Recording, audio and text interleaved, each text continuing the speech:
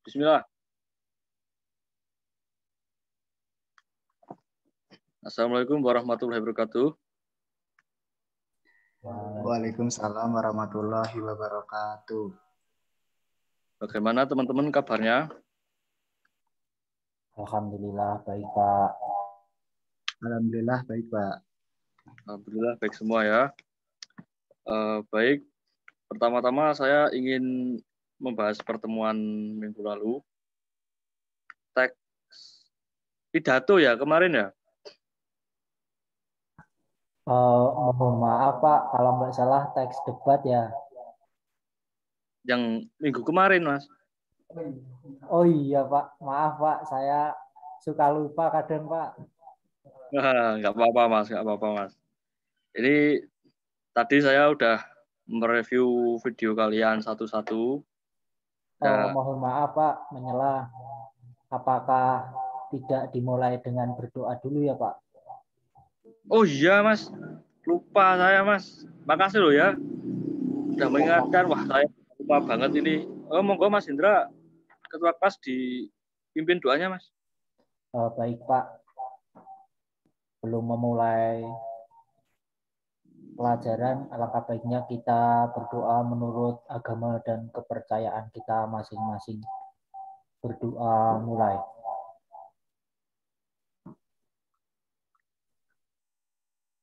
Berdoa selesai. Wah saya itu tadi mereview pidatonya punya Mas Pras, bagus banget tuh sampai lupa saya kalau berdoa dulu ya. Maaf ya. Jadi punya Mas Pras ini loh. Teman-temannya saya itu sampai pada heran, bagus banget. Besok ikut lomba ya Mas ya? Iya Pak, makasih Pak. Besok kalau ada lomba saya minta bimbingannya ya Pak ya buat ikut lomba. Ya, ya. Baik. Kalau materi kita minggu ini baru debat Mas. Kalau yang kemarin pidato ya Mas Faisal ya. Baik Pak, terima kasih banyak. Maaf ya Pak, saya suka lupa. Ya sama saya juga lupa. Itu manusiawi Mas. Lupa itu manusiawi Mas. Gak apa-apa Mas. Ya, baiklah kalau gitu Mas Faisal, saya mohon tolong share screen ya Mas. Apakah sudah kelihatan Pak? Nah, udah. Jos. Baik. Kita kali ini mempelajari debat ya. Slide selanjutnya Mas. Pertama-tama yaitu pengertian debat. Debat adalah aktivitas untuk membahas sesuatu dan mempertahankan pendapat dengan memberikan alasan atau bukti, bahkan meyakinkan orang lain akan kebenaran pendapatnya dan kemampuan mengiring orang lain untuk memahami pemikiran mereka. Selanjutnya,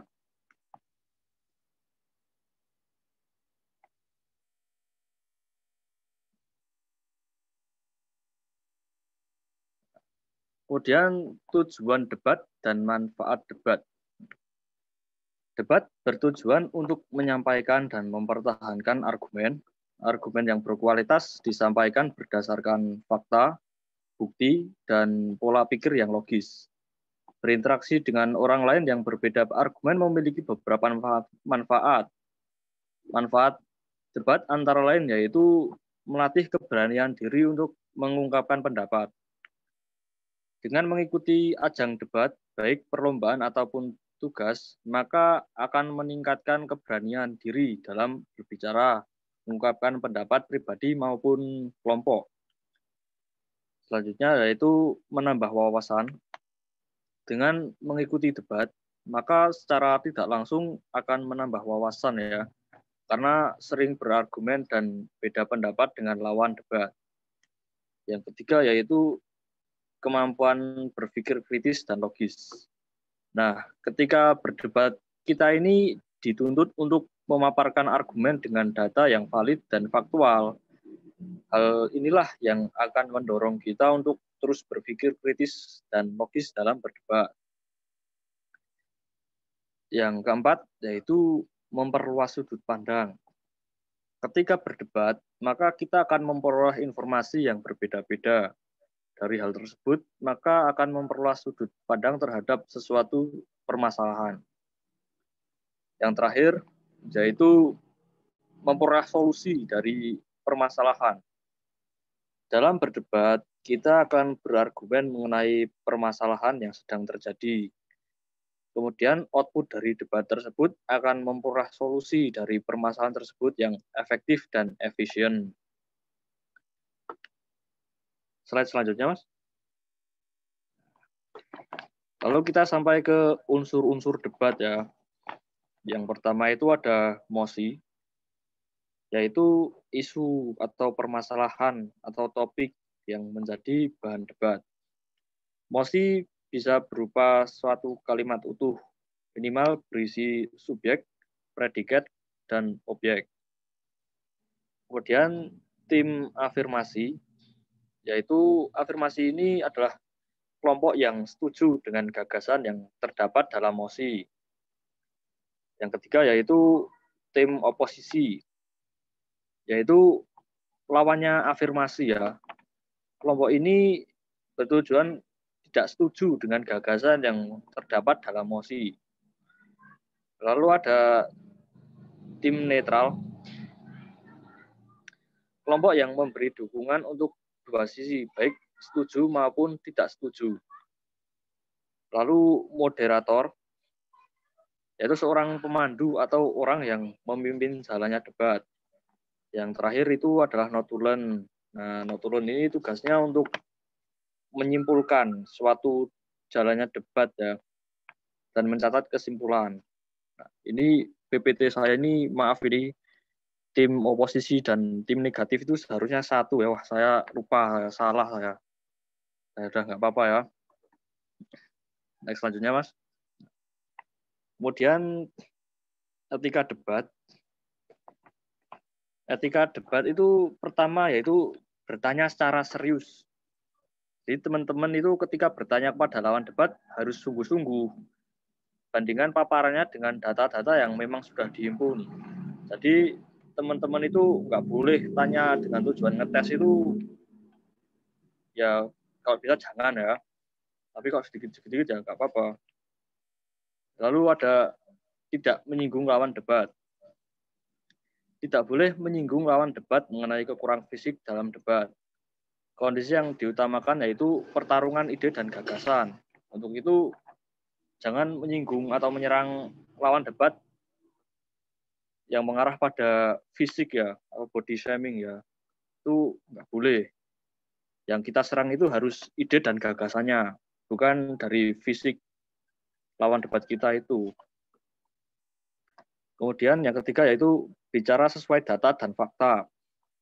Agar dapat mematahkan argumentasi lawan debat, maka harus mengadu argumentasinya dengan data dan fakta. Jangan adu ide gagasan lawan dengan informasi-informasi yang belum jelas. Jadi kalau hanya rumor itu jangan sebagai patokan. Yang terakhir yaitu patuhi peraturan debat. Pada saat melakukan debat dengan pebisnis, teman sekolah atau lainnya harus mematuhi peraturan yang berlaku. Dalam melaksanakan debat tersebut, jika melanggar atau tidak mematuhi peraturan, maka akan didiskualifikasi atau hal lainnya.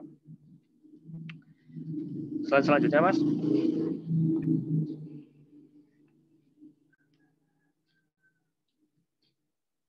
Nah, kemudian struktur debat. Nah, ini yang pertama yaitu pengantar ya. Menjelaskan posisi si penyampai debat mengenai mosi. Apakah afirmasi atau oposisi dari penegasan posisi tersebut, debat dapat disampaikan dengan memberi awalan berupa gambaran umum atas topik yang diangkat. Yang kedua yaitu argumen, yaitu menjelaskan alasan mengapa setuju atau tidak setuju akan satu hal. Sertakan fakta dan bukti yang mendukung. Fakta dan bukti tersebut harus sejalan dengan alasan agar argumen menjadi logis. Lalu yang ketiga, debat. Pada debat, setiap tim bergantian mengomentari pendapat tim yang lain. Nah, yang terakhir ini adalah simpulan. Nah, simpulan itu yaitu menegaskan kembali posisi si penyampai debat dalam mosi yang diangkat. Slide selanjutnya, Mas.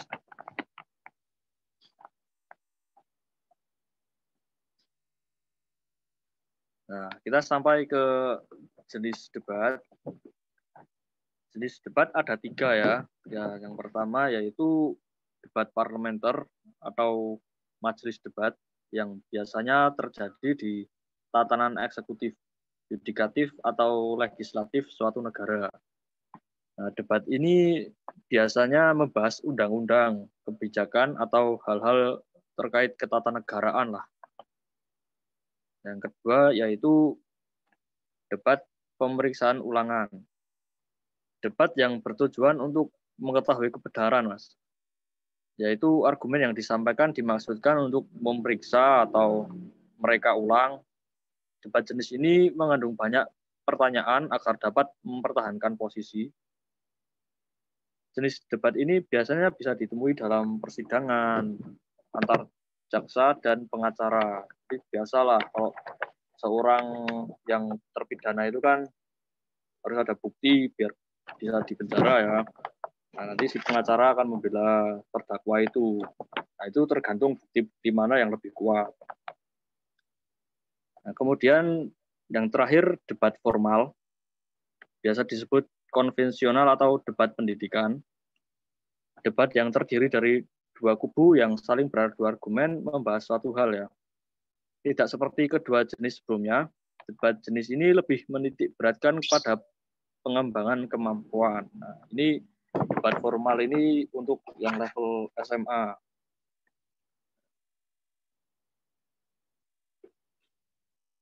Slide selanjutnya, Mas. Nah, yang terakhir ini kita sampai ke kaidah kebebasan debat, yaitu yang pertama menggunakan kalimat kompleks. Pada teks debat biasanya menggunakan kalimat yang mempunyai lebih dari satu struktur dan lebih dari satu kata kerja. Yang kedua yaitu menggunakan konjungsi. Pada teks debat sering memanfaatkan konjungsi untuk menghubungkan kata-kata atau kalimat. Nah, yang terakhir yaitu menggunakan kata rujuk. Pada teks debat biasanya menggunakan kata rujuk sebagai pemberi informasi seperti ini, itu, dia, beliau, di sini, di sana, dan sebagainya. Nah, slide terakhir, Mas.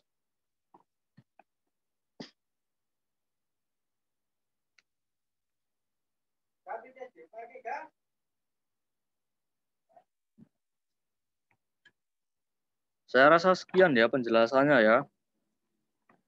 Kalau teman-teman ada yang mau tanya, silahkan.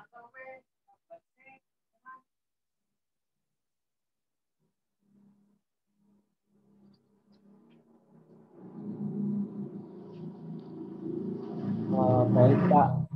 Apakah suara saya terdengar? Oh, Mas Hendra, terdengar, Mas. Gimana, Mas? Maaf, Pak. Tadi saya itu terkendala jaringan. Untuk etika debat itu gimana ya, Pak? Oh ya, etika debat ya. Baik. Nah, dalam etika debat itu yaitu pertama bertanya secara serius, Mas. Ketika Mas Hendra bertanya pada lawan debat, itu harus bersungguh-sungguh dan bandingkan paparannya dengan data-data yang memang sudah dihimpun. Yang kedua yaitu tidak menyinggung lawan debat. Tidak boleh menyinggung lawan debat mengenai kekurangan fisik dalam debat. Yang debat itu diutamakan pertarungan ide gagasan, Mas. Untuk itu, jika hendak menyinggung atau menyerang lawan debat, maka serang ide gagasannya, jangan body shaming atau membuli lawan debat. Yang ketiga yaitu bicara sesuai data dan fakta. Agar dapat mematahkan argumen lawan debat, maka Mas Hendra harus mengadu argumentasinya dengan data dan fakta. Jangan adu ide gagasan lawan dengan informasi-informasi yang belum jelas.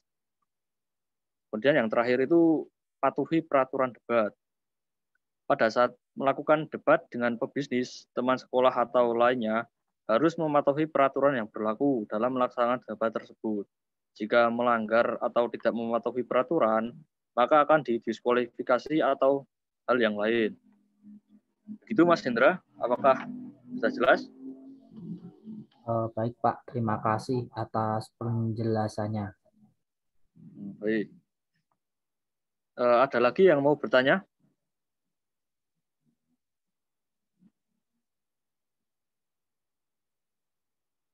Oh, tidak ada ya. Kali ini saya yang mau bertanya nih. Mas Pras, Hadir, apakah? Pak. Oh ya. Mas Pras, bagaimana cara menentukan mosi, Mas? Cara menentukan mosi ya, Pak ya. Iya. Saya menjawab sebisa saya, Pak ya. Nanti kalau ada yang kurang mohon dikoreksi ya, Pak. Ya, ya. Tadi sesuai yang saya simak dari penjelasan Bapak terkait bagaimana cara menentukan mosi itu, kita harus melihat berita-berita atau isu-isu yang masih panas atau yang sedang dibicarakan oleh masyarakat, Pak. Itu yang pertama. Yang kedua, kita harus melihat mosi itu menyinggung SARA atau tidak. Kalau menyinggung SARA ya sebaiknya jangan digunakan karena itu sensitif. Dan yang terakhir itu mosi harus memperlihatkan keseimbangan antara afirmatif dan oposisi, Pak. Jangan sampai mosi itu memberatkan salah satu pihak. Dan tadi saat penulisan mosi itu kata Bapak kan harus minimal mencakup subjek, objek, dan predikat. Itu Pak yang saya tadi pahami dari presentasi Bapak. Terima kasih Pak. Bagus sekali Mas, sudah benar ya. Kemudian Mas Hendra, Bapak mau tanya nih, apa yang dimaksud tim oposisi dan afirmasi, Mas? Baik Pak, saya izin menjawab. Nanti kalau ada salah-salah mohon dibenarkan. Tim oposisi adalah tim yang tidak setuju dengan mosi, sedangkan tim afirmasi adalah tim yang setuju dengan mosi. Mungkin itu Pak. Ya, sudah benar ya Mas ya, tepat, sangat benar. Nah, kemudian pertanyaan terakhir ya, harus cepat-cepat. Siapa yang bisa jawab duluan dapat nilai tambahan. Yaitu apa aja sih urutan berbicara dalam debat itu? Saya Pak. Oh, Mas Pras dulu. Oh ya, Mas Pras. Silakan Mas Pras. Jadi nanti kalau ada yang salah tolong dibenarkan ya Pak ya. Oh ya. Jadi setahu saya itu urutan dalam debat itu dimulai dari tim afirmasi dulu Pak. Pembicara satu afirmasi, terus baru dilanjut pembicara satu oposisi, terus dilanjut pembicara dua afirmasi, pembicara dua oposisi, pembicara tiga afirmasi, pembicara tiga oposisi, terus pembicara kesimpulan oposisi, baru pembicara simpulan afirmasi Pak, seperti itu.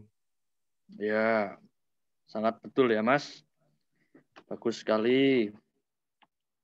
Wah ini memperhatikan bagus banget ini Mas. Terima kasih setelah atas tanggapan dan jawaban yang kalian kasih.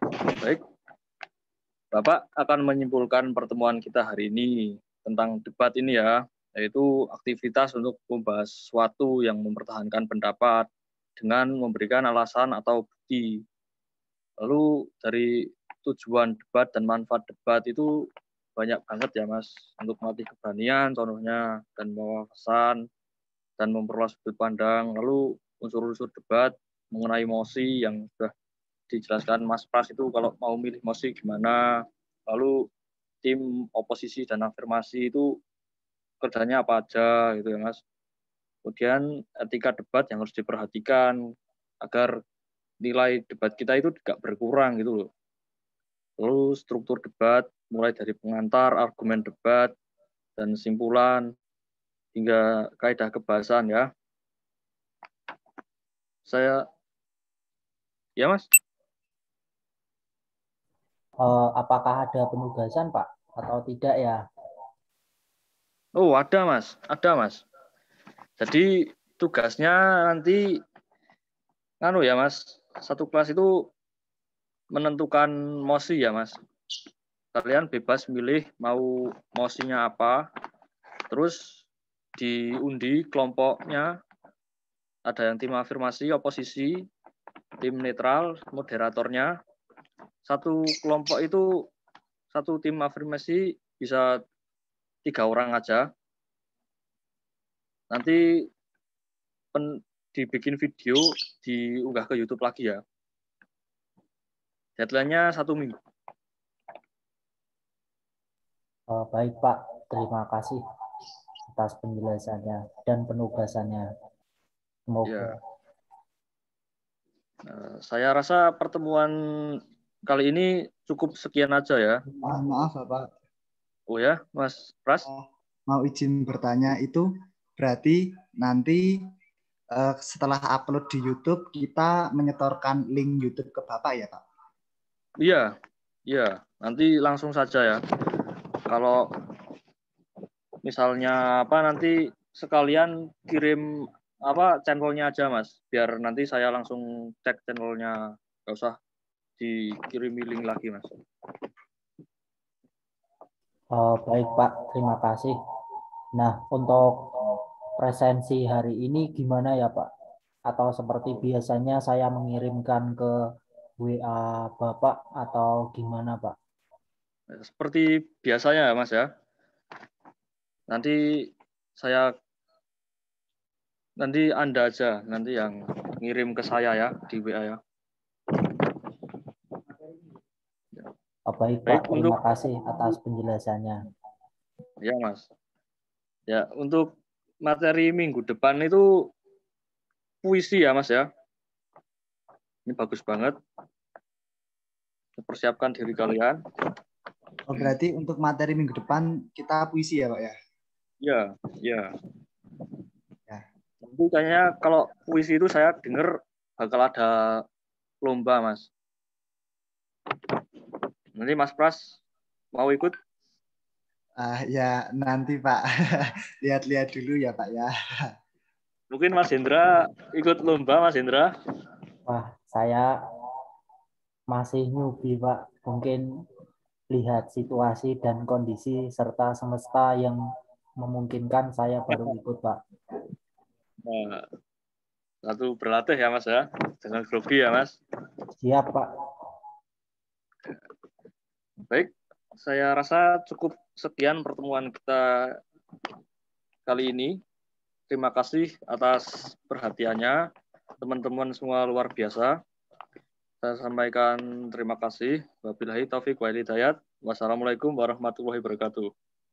Waalaikumsalam warahmatullahi wabarakatuh. Terima kasih Pak. Sama-sama.